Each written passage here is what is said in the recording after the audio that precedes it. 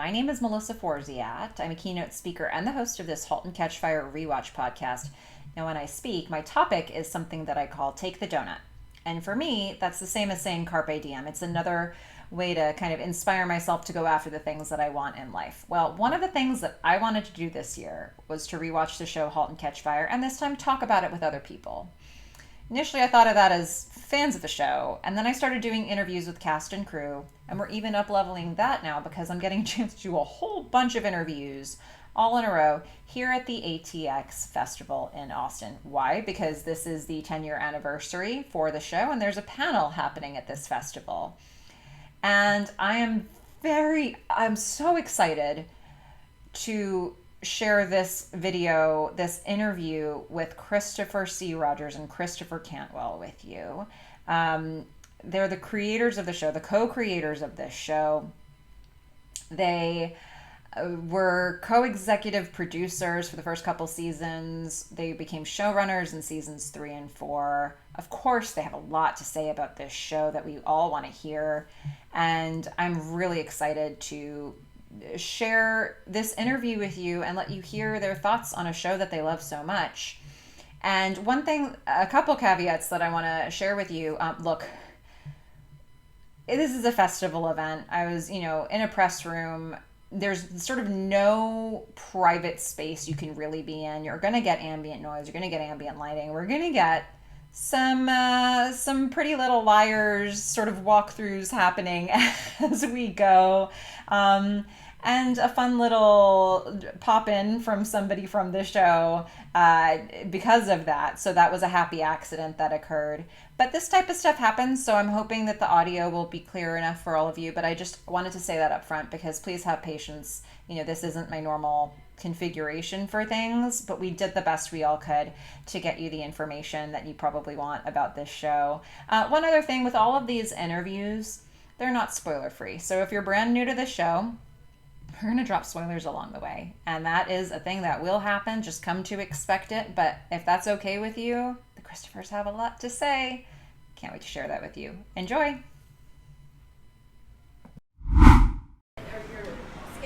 It's the Christophers. We did it. This is very exciting. We made this thing happen.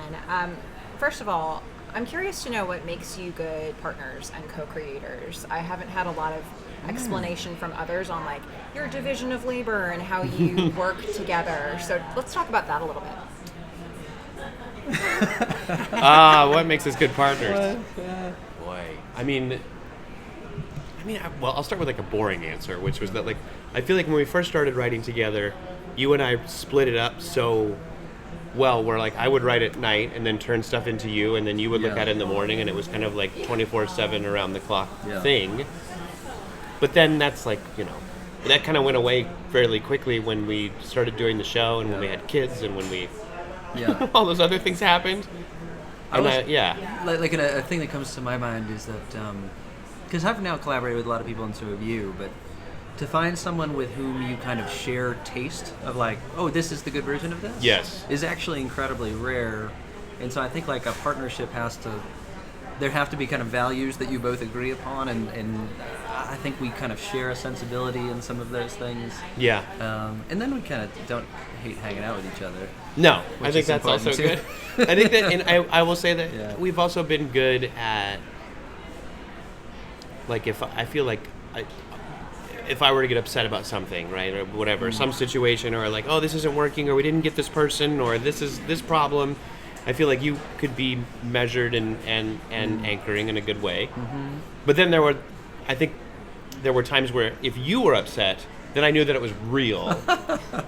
You know what I mean? Then it was this is a serious situation. If I told my wife, I'd be well, Rogers is upset about this. She'd be oh, well, then we must take it very seriously. I think that has a page corollary too, because I think you're very kind of generous on the page. You write such dialogue that kind of reads and where the emotions are kind of really kind of present, which I think is, by the way, what makes good TV dialogue.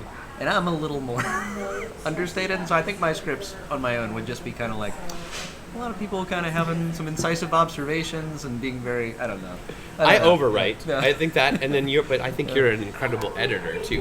So I think I feel like you taught me how to really cut things down.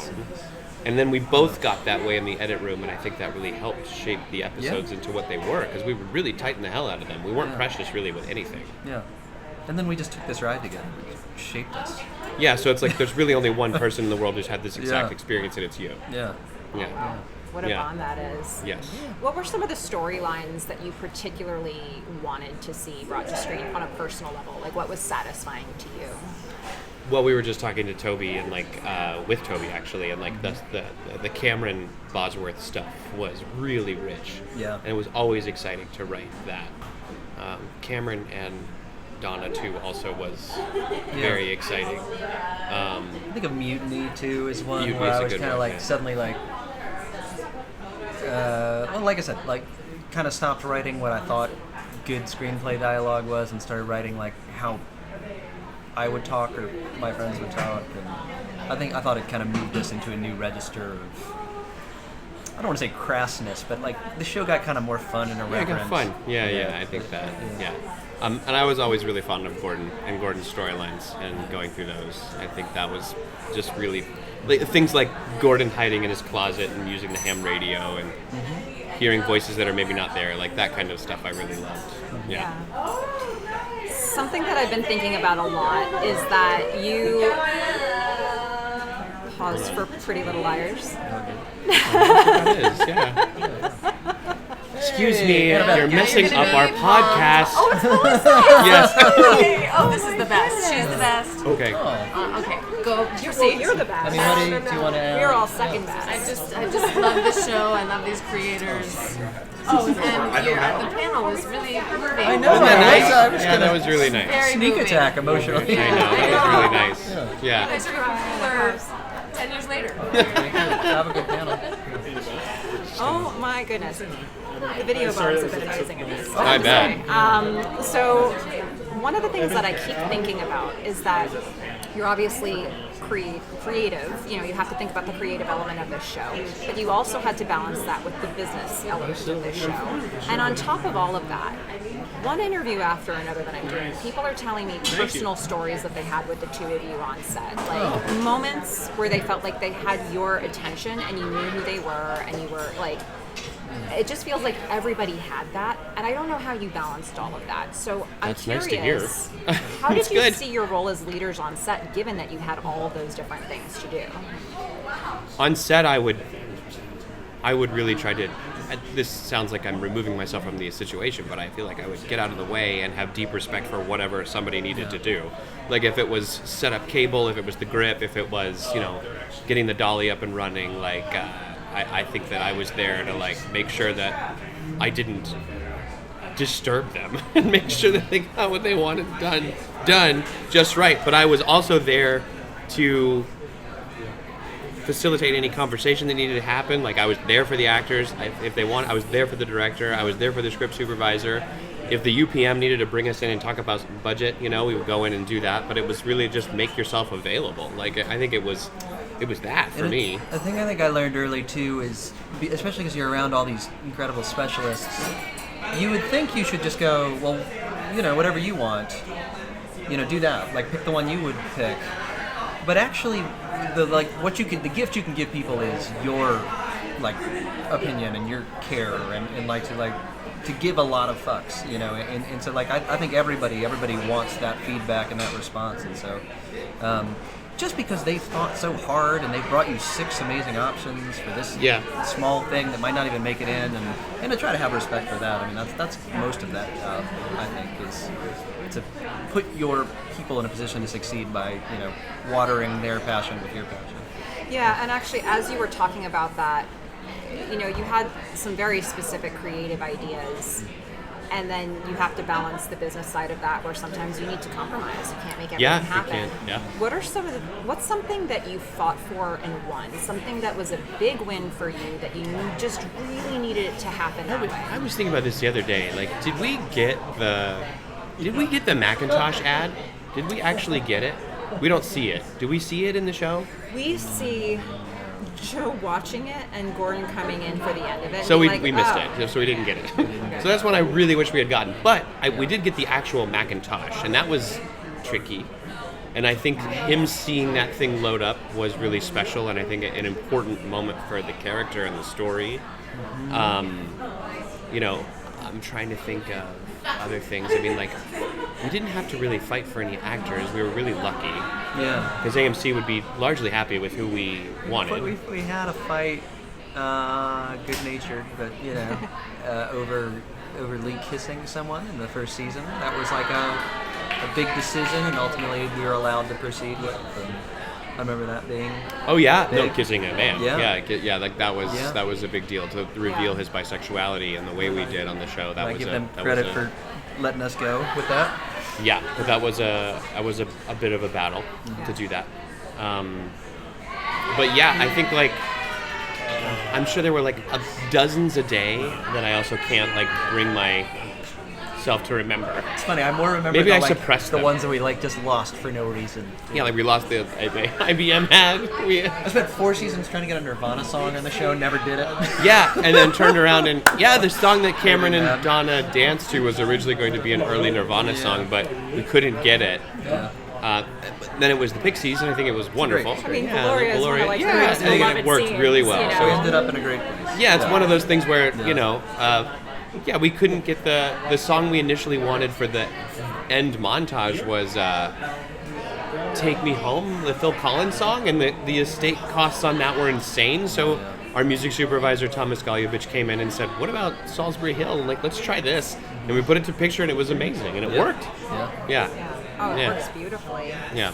Something that's been talked a bit here already this weekend is that the show isn't afraid to make big changes between seasons or even during seasons. And that can be location, that can be jumping forward in time, that could be the writer's room, which you've been talking about a little bit, that can be tone.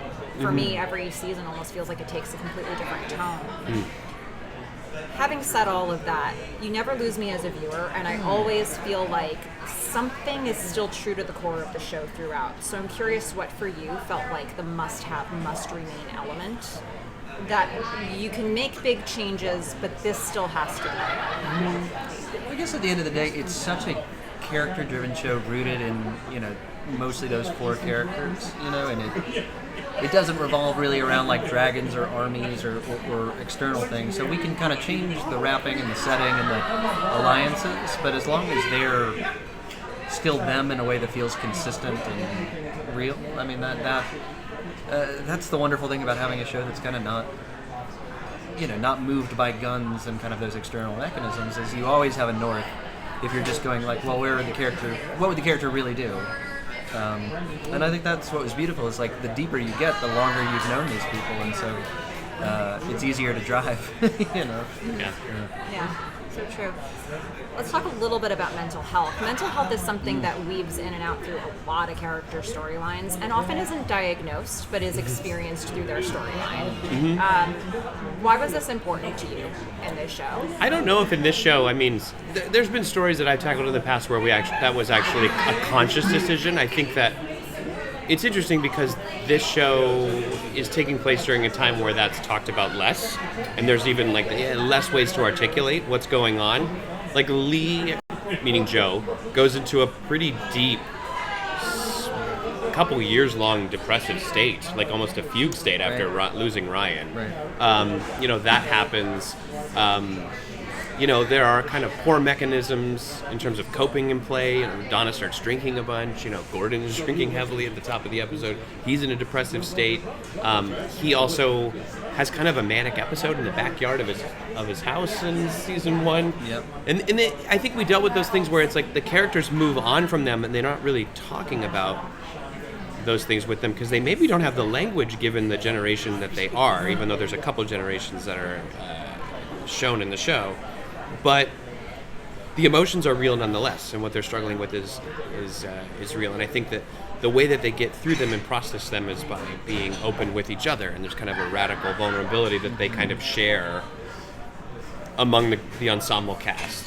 So I think that is really what is helping them move forward. I think through some really difficult things, like these kind of like near breakdown moments that some of them have, you know, whether it's Lee hitting baseballs in his own house, you know, I think he's not that guy by the end. The show you ends know? up like over enough period of time. It strikes me now that it kind of like ends up being a little bit of a mirror for like how you make it, and I know we as people too, we're very concerned with, you know, balancing work and life. And because I think in so many ways the characters are kind of like going through something we're also going through as we like try to get a venture off the ground and have it be fulfilling, but also try to like stay married or be parents or be cordial and overcome frustration. I think you see us kind of like negotiating with mental health in a way that felt real to us at that time. Yeah, in real time. Yeah. Yeah. You know, you started to mention a thing that happened in this show that made me think about a conversation that I had with Carl Ledbetter. Oh, okay, yeah, the nice. technical consultant on the Yes, what a that's great. fascinating interview that Yes, was, which I hasn't bet. dropped yet. That was a spoiler for all of you, Yeah. but hey, whatever. It's going to be a good one. Don't miss it. God. He was saying that he was obviously part of sort of looking at all the scripts, but before all that happened, he sat down with you and you also did other research where you learned about different stories of real life figures in the tech industry. Yes. And things that had really happened, and maybe thought about things that you would want to cherry pick and put into the show. Were there any stories that you learned in those early research days that you were like, this has to make it in somehow? Those Comdex parties, right? Like Yeah. that the real business was done in the rooms, Yeah. in the hotel rooms, and not on the floor. The Shrimp Tower. I The think, Shrimp came out of Tower that. was directly, I think, from Carl or like somebody Yeah. who was at Comdex, or like Paul Yeah. Carroll. Like it was those Yeah. guys talking about those real things. Yeah. I feel like that. The fish tank thing in Lisco's episode where they you remember they got to cool the boards in the fish tank. Yep, and that was a Carl thing. Carl thing. Yeah, they would like put it in the cool it in water. Those kinds of details. My dad had some stories, obviously, that came right from his life.